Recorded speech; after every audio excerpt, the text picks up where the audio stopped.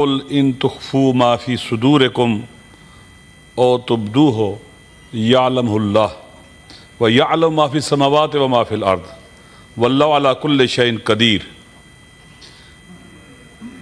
تم کہہ دو کہ اگر تم اپنے دلوں میں کسی شے کو چھپائے رکھو یا اسے ظاہر کرو، اللہ اسے جانتا ہے۔ اللہ زمین و آسمان میں جو کچھ ہے اسے جانتا ہے۔ اللہ ہر شے پر قادر ہے۔ یوم تجد کل نفس ما عملت من خیر محضرا وما عملت من سوء۔ ایک دن ایسا آنے والا ہے کہ جس دن ہر انسان جو اس نے انجام دیا ہے، چاہے اچھا ہے چاہے برا ہے، وہ اسے دیکھے گا۔ تود لو ان بینہا وبین امدا بعیدا، اور آرزو کرے گا کاش میرے درمیان اور میرے اس برے عمل کے درمیان فاصلہ ہو جائے اور خداوند متعال اور لوگوں کے سامنے شرمندگی سے بچ جاؤں۔ وَيُحَذِّرُكُمُ اللَّهُ نَفْسَهُ، اللہ تمہیں اپنے آپ سے ڈراتا ہے۔ یہاں ترجمے میں عذاب لکھتا ہے، یعنی جب اللہ اپنی طرف نسبت دے رہا ہے اس کا مطلب ہے کہ عذاب سخت ہوگا۔ وَاللَّهُ رَءُوفٌ بِالْعِبَادِ، اللہ اپنے بندوں پر مہربان ہے۔ دیکھیں، ہم جو بولتے ہیں، جو سوچتے ہیں، جو ہمارے دل و دماغ میں، خدا اسے جانتا ہے۔ خدا نیتوں کا واقف حال ہے۔ انما الاعمال بالنیات، انسان کے عمل کا دار و مدار نیت پر ہے۔ بری نیت سے، ریاکاری سے نماز بھی پڑھے تو باطل ہے اور خداوند تعالیٰ سے قبول نہیں کرتا۔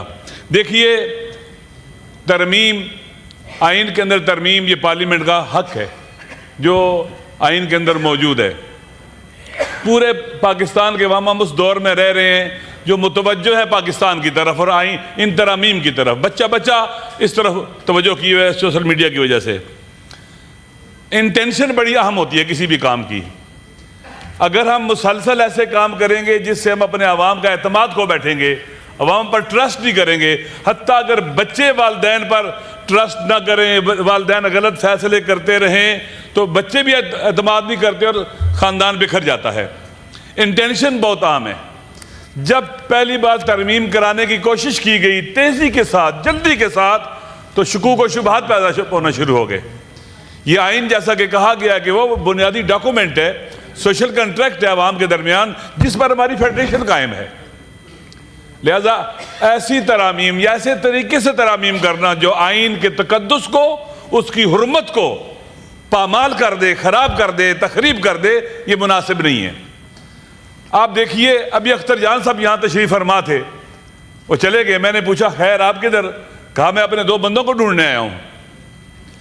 آئینی ترامیم اگر ظلم کر کے ہوں، آئین کے خلاف قدم اٹھا کے ہوں، لوگوں کو اٹھا کے کیے جائیں، بیٹھے ہیں اچھا بندے، اگر لوگوں کو اٹھایا جائے، اغوا کیا جائے، دھمکی دی جائے، یہ کون سی ترمیم ہے؟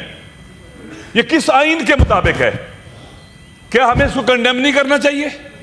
ہمارے ساتھیوں پر، ہمارے کولیگز پر اگر اس طرح کا پریشر ہو، ہمیں اس کے خلاف سٹینڈ نہیں لینا چاہیے؟ اگر یہ آپ کسٹوڈین ہیں اس ہاؤس کے، اگر کسی بھی شخص کے اوپر دباؤ ہے، ہمیں اس کا دفاع کرنا چاہیے۔ اس کی عزت نفس ہے، اس کی انسانی کرامت ہے۔ پریشرائز کر کے، دباؤ کر کے اگر آپ رائے لے لیں گے، اس کی شخصیت ختم ہو جائے گی، وہ عوام میں بے آبرو ہو جائے گا، اور کسی کو بے آبرو کرنا گناہ ہے۔ اس طرح سے تو آئینی ترامیم نہیں ہوا کرتی۔ اگر کنسنسس کے ساتھ کوشش کی جاتی، اعتماد کیا جاتا۔ اب لوگوں کا اعتماد اٹھ چکا ہوا ہے۔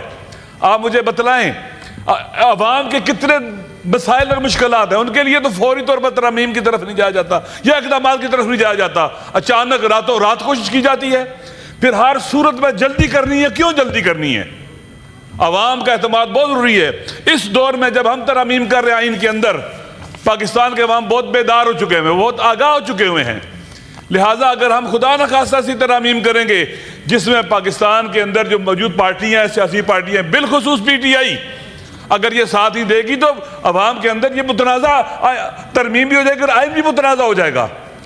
لہٰذا بندوں کو اٹھانا، اغوا کرنا، پریشرائز کرنا اور سختی کرنا، پتہ نہیں راستے بند کر دینا، یہ کون سی ترمیم ہو رہی ہے؟ لہٰذا ضروری نہیں ہے کہ ہم آپس میں بیٹھ سکتے ہیں، یہاں پر ہم اکٹھے ہیں، ملتے ہیں، سلام کرتے ہیں ایک دوسرے کو، ایک دوسرے کو پر اعتماد کر سکتے ہیں، اس کے لیے ماحول بنانا پڑتا ہے۔ ماحول نہ بنائیں گے تو ہم اس کا نقصان اٹھائیں گے اور پاکستان کو نقصان کریں گے۔ میری گزارش یہ ہے کہ اس وقت پاکستان کے عوام میں دیکھ رہے ہیں، ہم سب کو دیکھ رہے ہیں، خدا بھی دیکھ رہا ہے۔ ریاست کی طاقت چند ستون ہوتے ہیں، جن میں سے ایک عوام کا اعتماد۔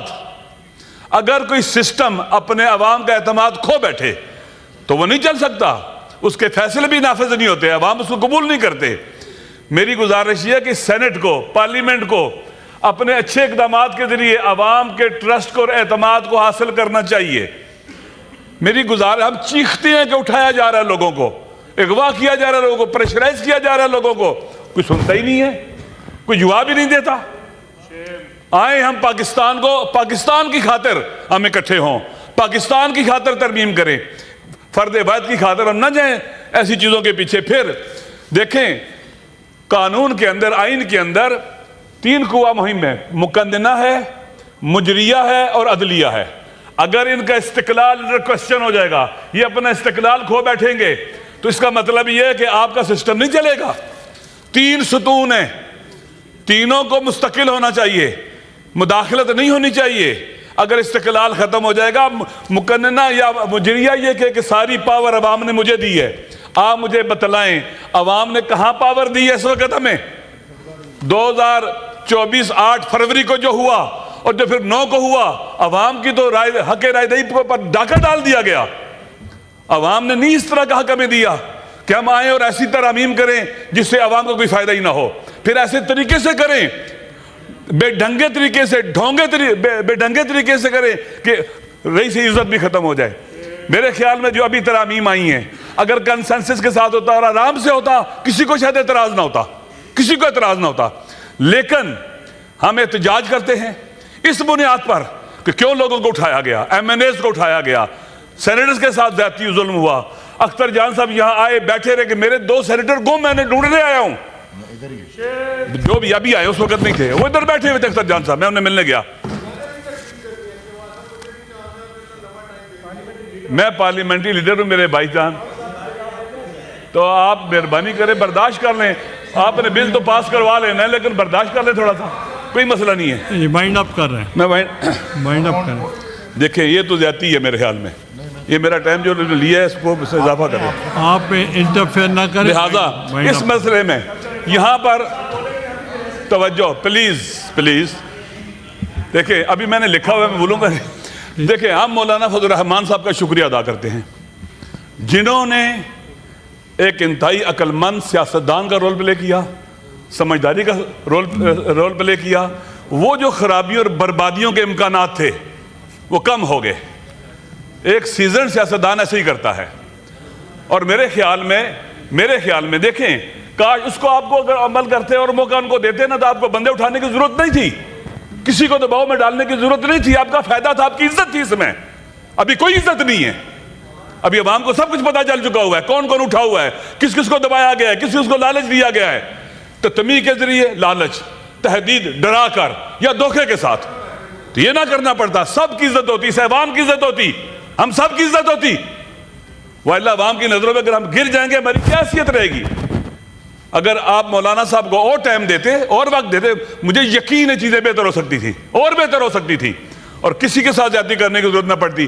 لہٰذا میں آخر میں مولانا صاحب کا شکریہ ادا کرتا ہوں کہ مولانا نے اپنے تئیں بہت زیادہ کوشش کی ہے، شکریہ، اور ان مسائل کو حل کرنے میں انہوں نے ایک رول پلے کیا ہے۔ میری بات کیا محترمہ بے نظیر بھٹو اگر آج ہوتی، وہ اس طرح کے پریشرائز کر کے اٹھا کر لوگوں کو آئین میں ترامیم کرنے کی حمایت کرتی؟